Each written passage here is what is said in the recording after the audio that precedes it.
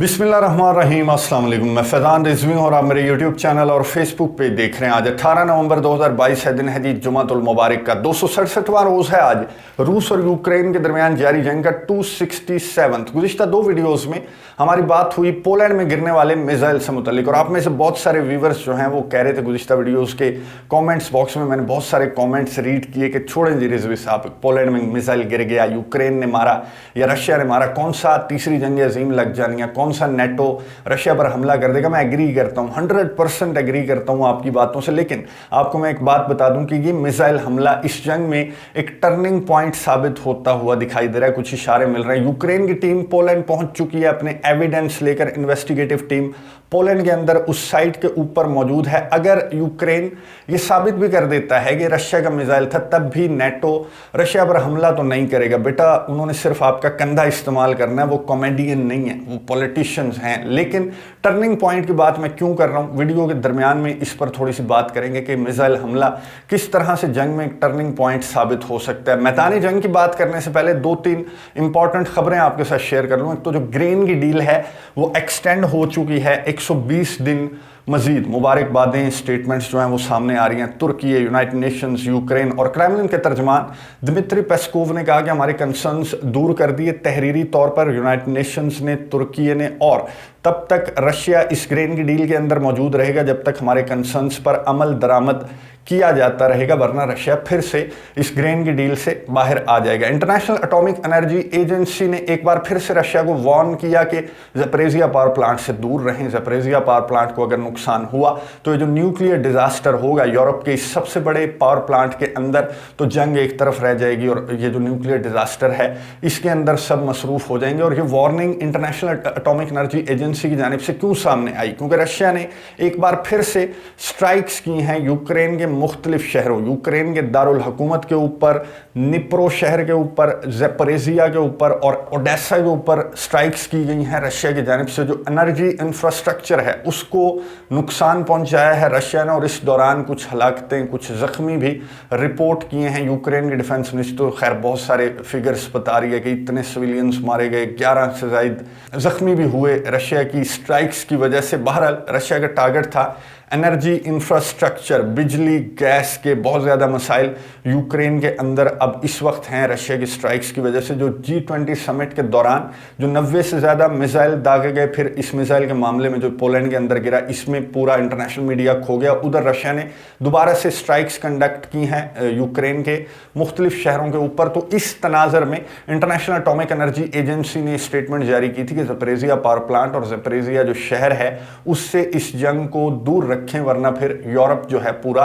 मुतासिर होगा और पूरी दुनिया भी मुतासिर हो सकती है। डिपेंड करता है कि किस जानिब की हवाएं हो, और वो जो न्यूक्लियर रेडिएशंस हैं इस ज़ैपोरिज़िया पावर प्लांट के अंदर से निकलने वाली रेडिएशंस को किस सिमत ले जाएं वो हवाएं। तो इस वजह से इंटरनेशनल एटॉमिक एनर्जी एजेंसी ने रशिया को वार्न किया। यूक्रेन भी हमले कर रहा है, यूक्रेन की जानिब से भी जवाब दिया जा रहा है रशिया के हमलों का। यूक्रेन, एक तो क्राइमिया के ऊपर यूक्रेन के हमले बहुत ज़्यादा रिपोर्ट हुए। यूक्रेन बहुत ज़्यादा कोशिश कर रहा है कि अपना जो काउंटर ऑफेंसिव है खरसन रीजन के अंदर, ये आपको मैप नज़र आ रहा है, बहुत दिन से मैप पर बात नहीं की। ये जो नीला, ये मैं क्लोज करके आपको दिखा देता हूँ, ये जो नीला खरसन है, ये बीच में जो आपको एक लाइन नज़र आ रही है, ये है नीपर रिवर या निप्रो रिवर इसे कहा जाता है। ये नीपर रिवर से इस साइड पर रशिया ने अनाउंस किया था कि हम अपने ट्रूप्स को इस तरफ लेकर जा रहे हैं नीपर रिवर से, और उस तरफ जो है यूक्रेन ने फिर तेज़ी यूक्रेन की फोर्सेस आगे बढ़ी और नीपर रिवर का वो जो हिस्सा है राइट साइड वाला वो कंट्रोल कर लिया है यूक्रेन ने। और उस जानिब ईस्टर्न यूक्रेन की साइड पर अगर बात करें तो इतनी कोई ख़ास जो है तब्दीली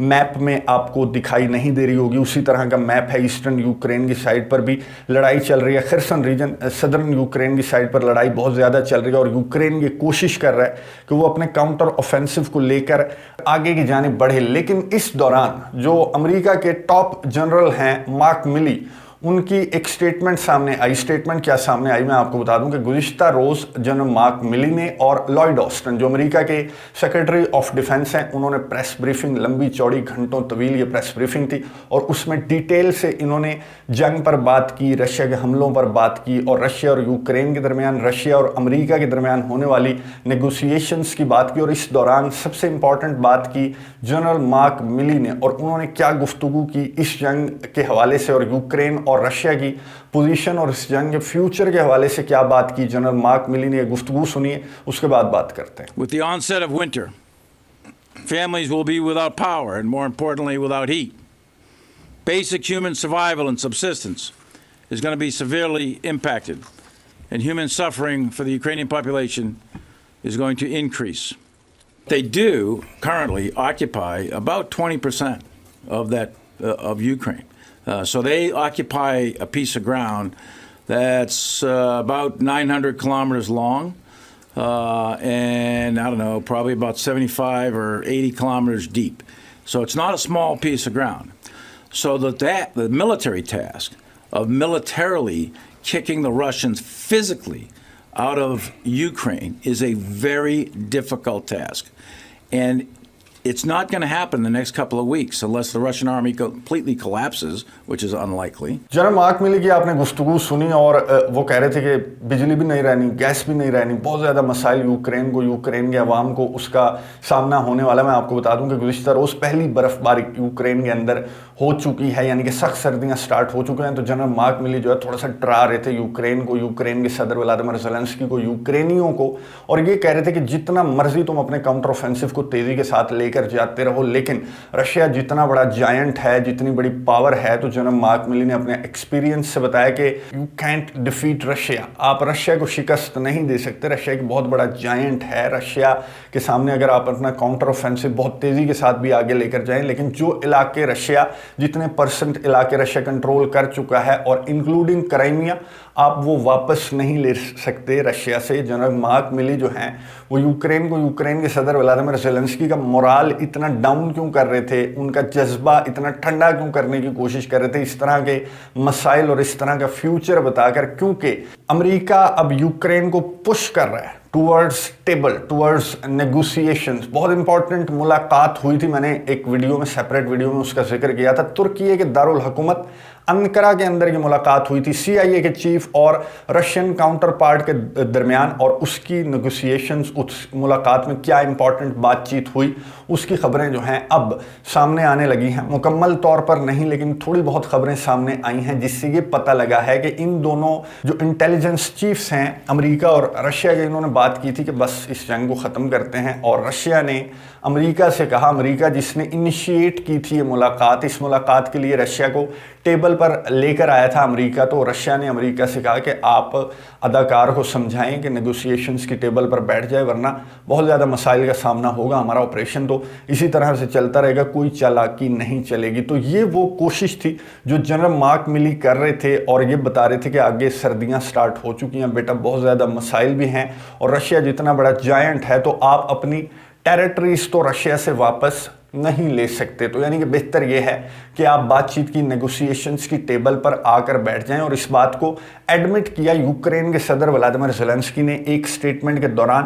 یوکرین کے صدر ولادیمیر زیلنسکی نے کہا کہ بالکل ہمارے تک یہ میسج امریکہ کا آیا ہے کہ روس کے صدر ولادیمیر پوٹن بات کرنا چاہتے ہیں. اب وہ خیر یوکرین کے صدر ولادیمیر زیلنسکی اپنی اینگل سے یہ بات بتائیں گے. ایکچولی بات یہ ہے کہ امریکہ اور رشیا جو مین اس جنگ کے جو کردار ہیں, امریکہ اور رشیا, ان کے درمیان بات چیت ہو رہی ہے کہ اس جنگ کو ختم کرتے ہیں. تو پھر رشیا نے امریکہ کو کہا کہ اپنے سپاہی کو تو بٹھا دو بات چیت کی ٹیبل پر, وہ تو زیادہ ہی پھول گیا تمہارے ہوا بھرنے سے. تو اس سپاہی کو بٹھانے کے لیے اب امریکہ کوششیں کر رہا ہے اور کانسیکوینسز بتا رہا ہے, سردیوں میں کیا مسائل, یوکرین کو کن مسائل کا سامنا ہو سکتا ہے وہ بتائے جا رہے ہیں. اور جنرل مارک ملی نے بتایا کہ ہم اپنی سپورٹ, مدد, امداد جاری رکھیں گے, لیکن میں آپ کو بتا دوں کہ آپ تب بھی رشیا کو شکست نہیں دے سکتے. اب یہ بات چیت کی ٹیبل پر معاملہ आने क्यों लगा है? बातचीत की टेबल पर मामला इसलिए आने लगा है क्योंकि पोलैंड में मिसाइल गिरा था। मैंने स्टार्ट में बात की कि मिसाइल हमला टर्निंग पॉइंट साबित होता हुआ दिखाई दे रहा है इस जंग के अंदर। पोलैंड में जो मिसाइल गिरा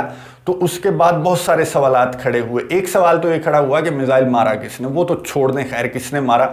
सबसे बड़ा सवाल ये है कि किधर गया तुम्हारा ईस्टर्न फ्लैंक, किधर गया तुम्हारा सिंगल इंच। अब ये तो मिसाइल गिर गया, इन्वेस्टिगेशन हो गई तो पता लगा कि ये यूक्रेन के एयर डिफेंस सिस्टम का मिसाइल था। तो मिसाइल गिरा कैसे, किधर था तुम्हारा ईस्टर्न फ्लैंक, किधर था तुम्हारा जो सबसे बड़ा दुनिया का सो कॉल्ड जो अलायंस है, डिफेंसिव अलायंस है, उसका जो एयर डिफेंस है वो कहाँ था? अगर ये मिसाइल आकर, ये तो चलो एक गांव में गिर गया, अगर पोलैंड के सेंट्रल पोलैंड के किसी सिटी के अंदर गिर जाता तो तुम तो इसे देखते रह जाते, फिर इन्वेस्टिगेशन का इंतजार करते, फिर आर्टिकल 4 लागू होता, फिर आर्टिकल 5 लागू होता। तो बहुत बड़े सवालात खड़े हुए हैं इस मिसाइल के गिरने से और बहुत कान खड़े हो गए नेटो ममालिक के। कोई ईस्टर्न फ्लैंक नहीं है, कोई पावरफुल नहीं है। हालांकि मैं आपको बता दूं कि पोलैंड ने 24 फरवरी जब ये ऑपरेशन स्टार्ट हुआ था तब भी कह दिया था अमेरिका के सदर जो बाइडन को कि आओ हमारी मदद करो, हमारा डिफेंस जो है वो स्ट्रॉन्ग करो, ये जंग हमारी टेरिटरी में आ सकती है। और इससे पहले भी मैं आपको बता दूं कि बहुत सारे ड्रोन्स भी गिर चुके हैं पोलैंड की टेरिटरी के अंदर,